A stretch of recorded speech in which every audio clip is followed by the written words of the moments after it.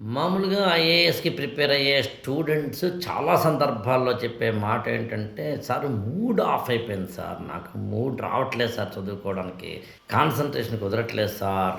లేదా మొత్తం డేలో అంతా కాకపోయినా ఏదో మధ్యాహ్నం 2-5 చదవాలనిపించట్లేదు సార్. మార్నింగ్ 10-1 మాత్రమే చదవాలనిపిస్తోంది సార్. అది ఇలా అంటుంటారు యాక్చువల్‌గా. యాక్చువల్‌గా నేను దాని వ్యతిరేకం. ఏది మూడ్ ఆఫ్ అయింది, కాన్సంట్రేషన్ కుదరట్లేదు అంటే అది నిజానికి ఇర్రెస్పాన్సిబుల్ స్టేట్మెంట్ అనేది నా వ్యక్తిగత అభిప్రాయం.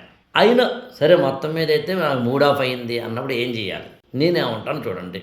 మీకెప్పుడైనా చదువుకోవడానికి ఐఏఎస్ ప్రిపేర్ అవుతుంటేనో లేదా ఎనీ ఎగ్జామినేషన్ ప్రిపేర్ అవుతుంటేనో చదువుకోవడానికి మీకు కనుక ఇబ్బందిగా ఉంటే అంటే కొంచెం కాన్సంట్రేషన్ తప్పుతోందంటే మీరేం చేయాలంటే చాలా జాగ్రత్తగా వినండి.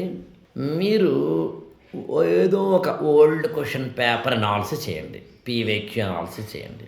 సీసాట్ అని మనకి mathematics based arithmetic and reasoning based అది చేయండి. లేకపోతే కనుక ఏదైనా ఒక క్వెషన్ తీసుకొని ఆన్సర్ రాయండి.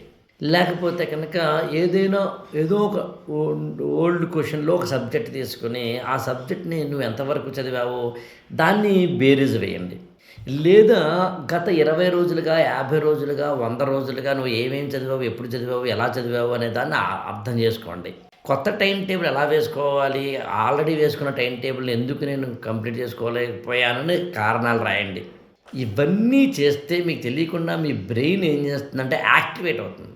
బ్రెయిన్ యాక్టివేట్ అయినప్పుడు ఆటోమేటిక్‌గా డల్‌నెస్ పోతుంది. మూడ్ ఆఫ్‌లోంచి ఆన్‌లోకి అవుతుంది. ఇది చేయకుండా మనం ఏం చేస్తామంటే రీల్స్ చూస్తాము, వాట్సాప్‌ని చెక్ చేసుకుంటాము, మన ఓల్డ్ గర్ల్ ఫ్రెండ్ తోటో, బాయ్ ఫ్రెండ్ తోటో మాట్లాడతాము, సొల్లు సెల్ ఫోన్‌లో వేసుకుంటూ ఉంటాము. అనవసరంగా టైం వేస్ట్ చేసుకుంటాం.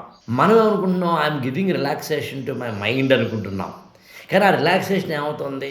10 నిమిషాలు కాస్త 10 గంటలయిపోతుంది. ఎడిక్షన్ అయిపోతున్నావు.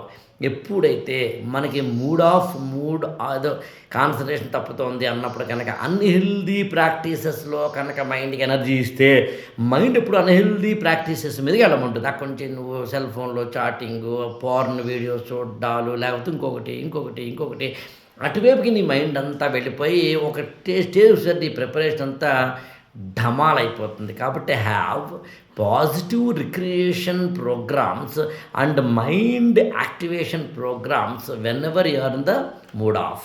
ఐఏఎస్ ఫర్ ఆల్ ఛానల్ని సబ్స్క్రైబ్ చేసుకోండి, లైక్ చేయండి, షేర్ చేయండి.